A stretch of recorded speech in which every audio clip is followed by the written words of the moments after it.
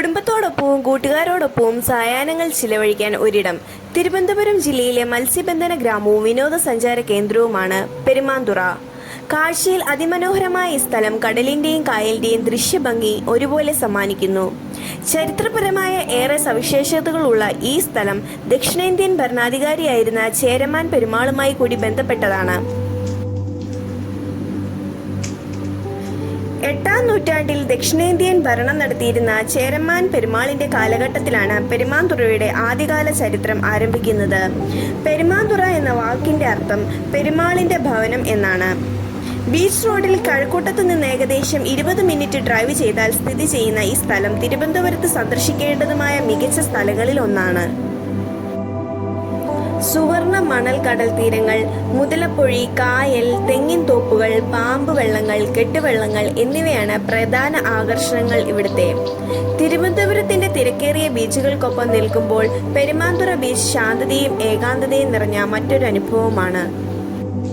വിനോദസഞ്ചാര കേന്ദ്രങ്ങളിലെ പതിവ് തിരക്കുകളില്ലാതെ സന്ദർശകർക്കിവിടെ ശാന്തവും ഗുണനിലവാരമുള്ളതുമായ സമയം ചെലവഴിക്കാനാവും. ഏകാന്തതയും ശാന്തതയും കൊണ്ട് ഈ ബീച്ച് സവിശേഷമാണ്. സമാധാനവും സ്വസ്ഥതയും ആഗ്രഹിക്കുന്ന യാത്രക്കാർക്ക് അനുയോജ്യമായ ഒരു വിശ്രമ കേന്ദ്രമാക്കി മാറ്റുന്നു. കടലിലേക്ക് നീണ്ടുകിടക്കുന്ന ഇടനാഴികൾ സമുദ്രവുമായി ഒരു മാന്ത്രിക കൂടിക്കാഴ്ച അനുവദിക്കുന്നു. ഇവിടെ നിന്നുള്ള കടലിന്റെ കാഴ്ച അതിമനോഹരമാണ്. കാറ്റ്, തിരമാല, ആകാശം എല്ലാം കൂടി നിങ്ങളുടെ എല്ലാ സമ്മർദ്ദങ്ങളും പറത്തിക്കളയും. ഞാൻ ഇപ്പോൾ തന്നെ ഇവിടെ നിൽക്കുമ്പോൾ ആ തണുത്ത കാറ്റും തിരമാലയും ശബ്ദവും ഒരൊറ്റ പാട്ട് പോലെ അനുഭവപ്പെടുന്നു.